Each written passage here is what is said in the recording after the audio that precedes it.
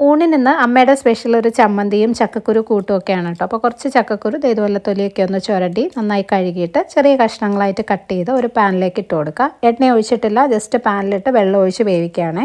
ഇതിൻ്റെ കൂടെ തന്നെ സവോള അരിഞ്ഞത് അല്ലെങ്കിൽ ചെറിയ ഉള്ളി ഇടാം.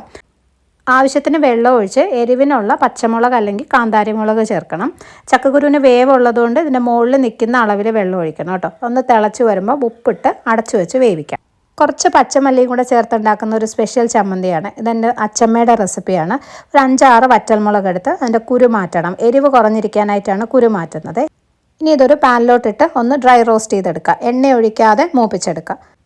ഇതേ പാനിൽ തന്നെ ഒരു 1/2 ടീസ്പൂൺ പച്ചമല്ലിയും കൂടെ ചേർത്ത് റോസ്റ്റ് ചെയ്ത് മാറ്റി വയ്ക്കാം. മിക്സി ജാറിലോട്ട് ആവശ്യത്തിന് തേങ്ങ ഏകദേശം 1 കപ്പ് ഇട്ടിട്ടുണ്ട്. പച്ചമല്ലി, വറ്റൽമുളക്, 2-3 ചെറിയ ഉള്ളി, ആവശ്യത്തിന് വാളംപുളി, ഉപ്പും ഇട്ട് അരച്ചെടുക്കുമ്പോൾ ചമ്മന്തി റെഡി. അപ്പോഴേക്കും ചക്കക്കുരു ഒരു 1/4 വേവായിട്ടുണ്ടാവും കേട്ടോ. വെള്ളം ഫുള്ളായിട്ട് വറ്റിയിട്ടില്ല. അപ്പോൾ 2 ചെറിയ പിടി തേങ്ങയും കുറച്ച് കറിവേപ്പിലയും കൂടി ഇട്ട് വീണ്ടും ഒന്ന് അടച്ചു വെച്ച് നന്നായിട്ട് വെന്ത് വെള്ളമൊക്കെ വറ്റി വരുമ്പോൾ ലാസ്റ്റ് കുറച്ച് പച്ച വെളിച്ചെണ്ണയും കൂടി ഒഴിച്ച് കഴിഞ്ഞാൽ ചക്കക്കുരുവും റെഡി. ഈ ഒരു ചമ്മന്തിയും ചക്കക്കുരു, മീൻ പൊരിച്ചത്, മുട്ട പൊരിച്ചത് അല്ലെങ്കിൽ ഉണക്കമീൻ ആണ് കോമ്പിനേഷൻ കേട്ടോ. ഞാനിന്ന് ഓംലെറ്റാണ് ഉണ്ടാക്കിയിരിക്കുന്നത്.